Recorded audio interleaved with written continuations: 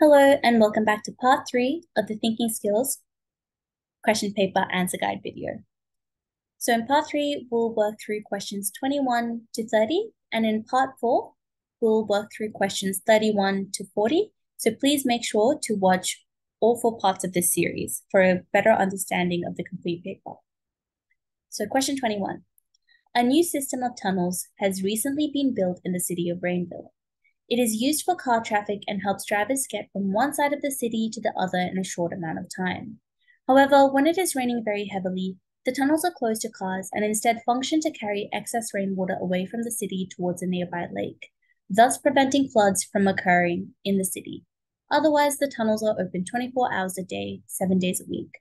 So what the box is telling us, if we break it up, is that when it is raining very heavily, the tunnels are closed. Otherwise, the tunnels are open 24 hours a day, 7 days a week, so all the time. So the only time the tunnels are closed are when it is raining. Amelia says, "My mother told me she could not drive through the tunnels yesterday evening because they were closed. It must have been raining." This makes sense with what we've learned from the box. Shang says, "It is not raining right now, so the tunnels will be open to drivers." This also makes sense with what we've learned in the box, because the box was telling us, once again, that the only time the tunnels are closed are when it's raining. So if the information in the box is true, whose reasoning is correct? Both Amelia and Sheng. Question 22. Zig thinks of a 5-letter secret word. May tries to find out what the word is by saying 5-letter words. After each guess, Zig writes down 5 symbols that correspond to the letters of the guess. Plus means that the letter is in the secret word in the same place.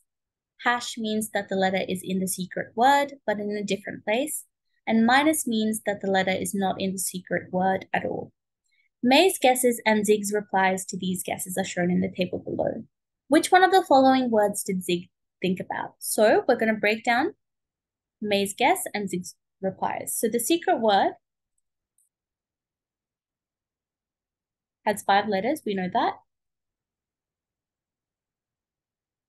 Now, May guesses flood first, and Zig says, well, you got the second letter right. L, it's in the word and in the second position.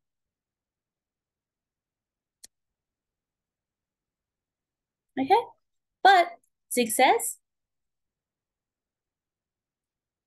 F, O, and D are not in the word. Then May guesses crown, and Zig says C is in the word, but O, W, and N are not. R is, but we don't know where it is right now. Okay? And then finally, May guesses bread. Zig says B is not in the word. R is, but you don't know where yet. E and A are in the word. They're the third and the fourth letters. So E and A. And finally, we only have one letter left, and we know that it's going to be R. So the word that Zig was thinking about is clear.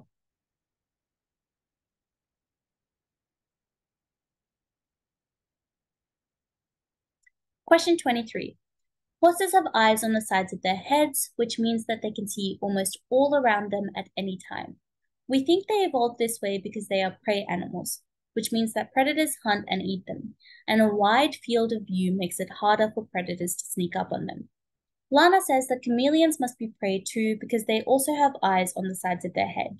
So Lana is talking about chameleons, about them being prey, and this is because they have eyes on the sides of their head. So these are the key words in what Lana is saying. Now the question tells us, which one of the following sentences shows the mistake Lana has made? So the question tells us that there is a mistake in what Lana has said. Okay? So it could be A, B, or C, or D. Now A says, there may be some prey animals that have very weak eyesight. Immediately we know that it's not A because it doesn't have anything to do with what Lana is saying. Lana is talking about chameleons, about prey, and about eyes on the sides of their head. She doesn't really talk about weak eyesight, so it can't be one of the mistakes that she's made.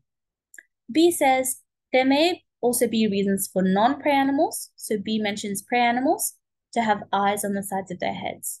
B is related to what Lana is saying, right? So B matches the keywords that Lana is saying, and it points out a mistake that Lana could have made. So B looks like our answer.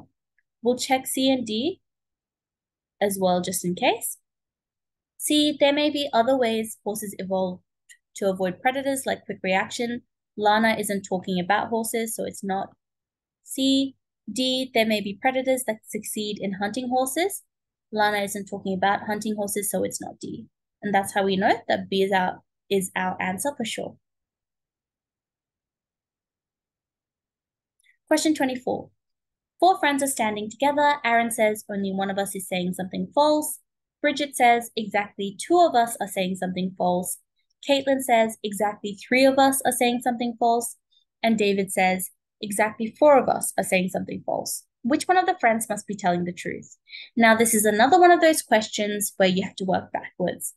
So if David says exactly 4 of us are saying something false, and there are 4 people altogether, what David says can't be true, because David is saying that all 4 of us are saying something false. That would mean that what he's saying is also false. That would mean that this cannot be true. So it can't be David. Caitlin, however, says exactly 3 of us are saying something false, and there are 4 of them, right? So that means if Caitlin is telling the truth, that means the other her 3 friends are not telling the truth. So what Caitlin says works with the numbers that we've been given. All right, so our answer is C, Caitlin. Now, it couldn't have been Aaron or Bridget, because they, like David, would end up telling a lie, because what they're saying wouldn't make sense with the numbers given. Question 25. The sketch map below shows the locations of the 6 popular tourist attractions in Waterford and the distances between each location. Eleanor wants to see as many of the attractions as possible, so there's 6, okay? She starts from the cafe and manages to visit 4 of the other attractions before returning to the cafe. So she manages to visit the cafe and 4 others. She visits 5 altogether. She traveled a total of 50 kilometers. Which one of the following attractions did Eleanor miss out on? So she misses out on one of the attractions. Now we see that the distance between them, the distances are either mostly 10 kilometers. There's one that's 5 kilometers and one that's 15. Now we know that she's visited 5 attractions altogether. Visited 5 attractions, and she's traveled 50 kilometers. So we know that it's unlikely to be this 5-kilometer distance or these 15 kilometers. So she's unlikely to have gone from the tower to the aqueduct, or from the aqueduct to the tower, or from the lake to the marina, or from the marina to the lake, because it doesn't make sense with the numbers we've been given. Because she's traveled 50 kilometers over 5 attractions. That means 50 divided by 5 is 10 kilometers. She's traveled 10 kilometers between each. So her route is not going to go through these bits that are blocked out. So let's try and figure out the possible routes that she might have taken. If she went from the cafe to the beach, it's 10 plus 10 to the marina. That's 20 kilometers, 30 kilometers, 40 kilometers, 50. Oh, that doesn't work, because then to get back to the cafe, she would have had to travel 60 kilometers. So this is not our route. Okay, so she can't go to the marina.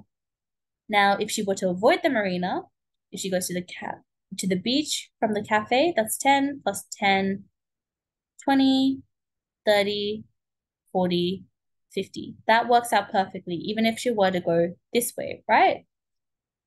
And do the same trip, it's still 50 kilometers. So the place that she ends up avoiding is the marina. That's a terrible circle. but the idea is that she avoids the marina. So which one of the following attractions did Eleanor miss out on? C, the marina.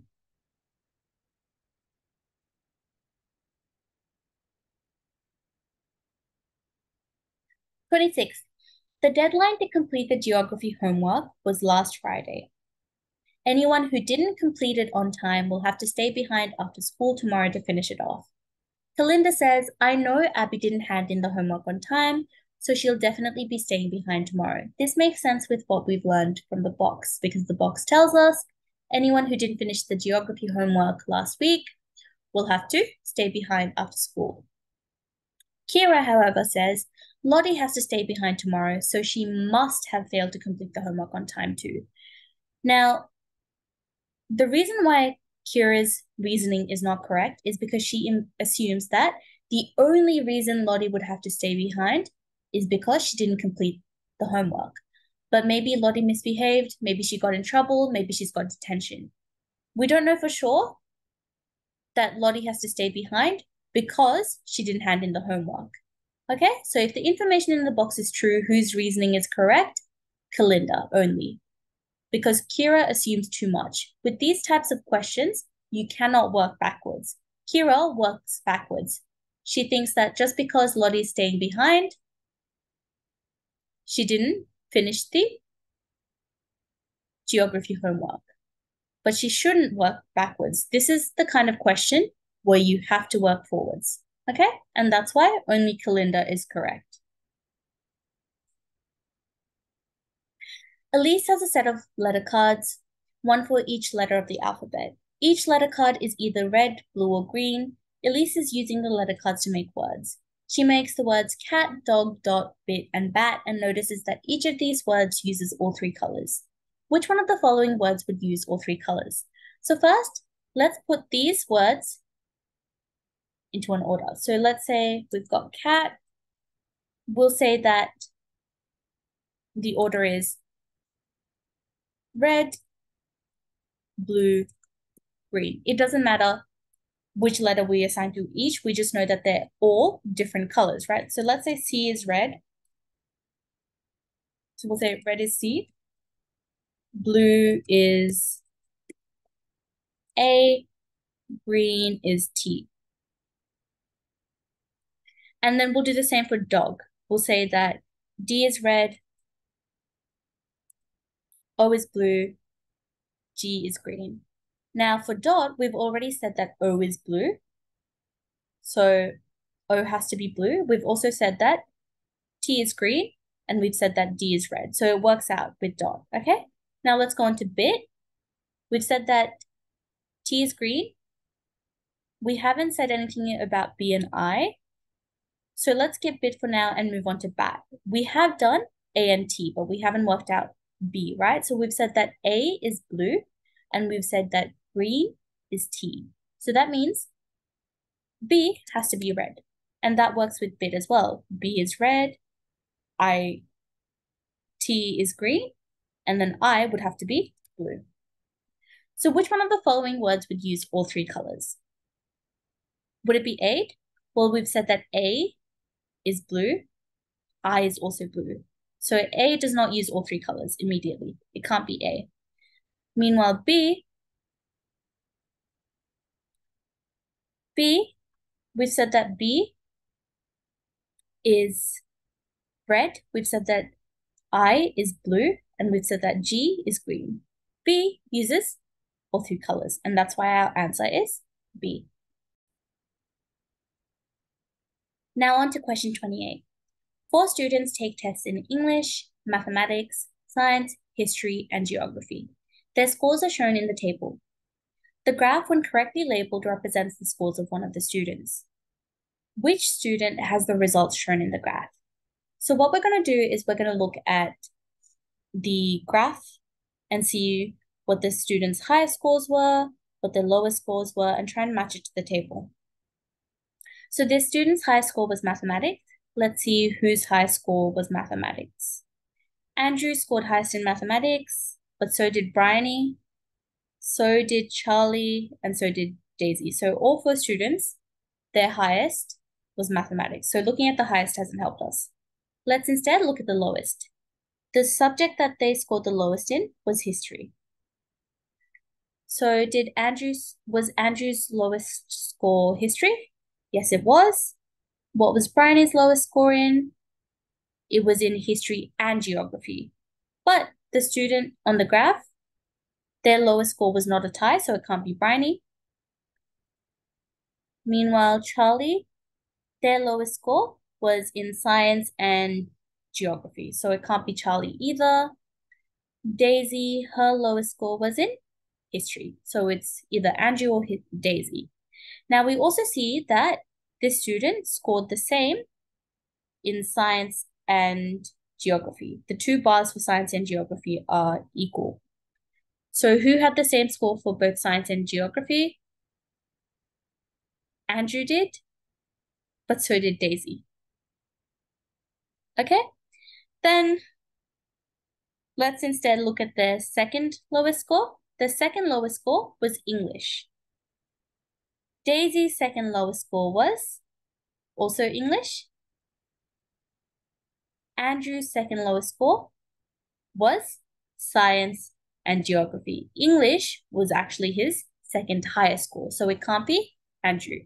And that's why the answer is Daisy.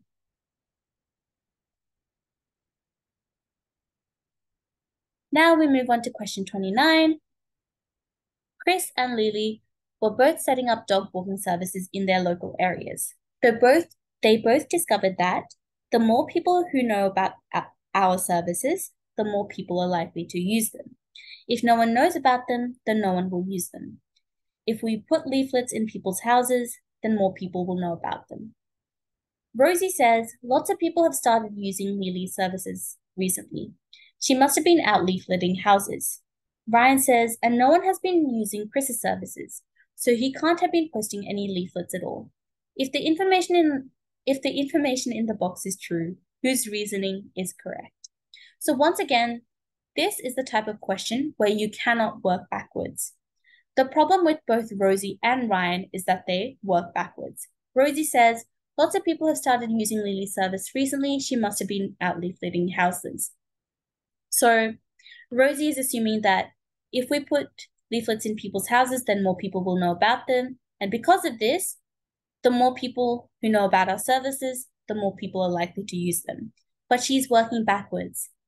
This doesn't have to be true. Just because lots of people have started using Lily's services doesn't mean it was because they heard about it from Lily leafletting houses, right? So this doesn't have to be true. Her reasoning is not correct.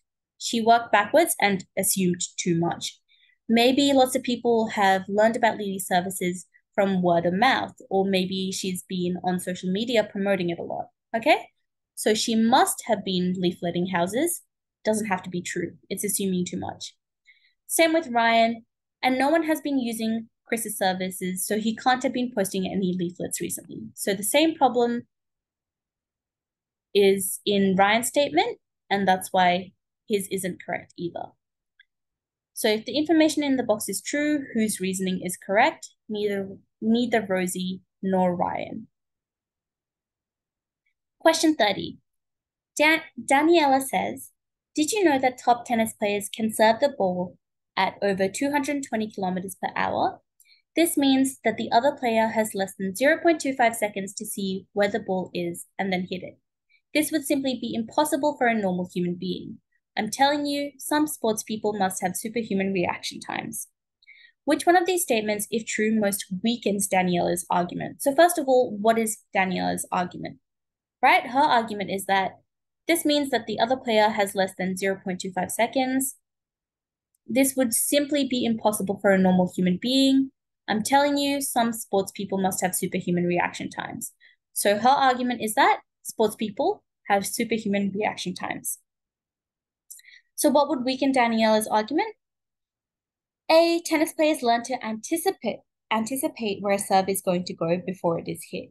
Now, this would weaken Daniela's argument because A is telling us that it's not about superhuman reaction times. It's actually about learning to practice the skill and learning to guess or estimate where the serve might be coming from, where the serve is going to go based on what the other player is doing. So A definitely weakens Daniela's argument, but let's look at B, C, and D.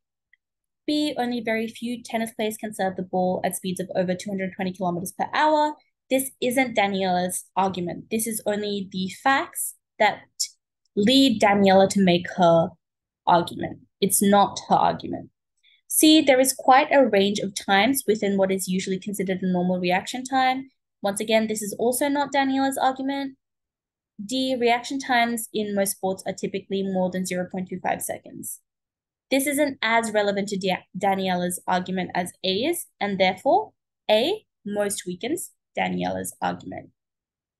And that brings us to the end of part 3 of the Thinking Skills Answer Guide videos. Please make sure to watch part 4. I hope this has been helpful, and I'll see you in part 4. Thank you.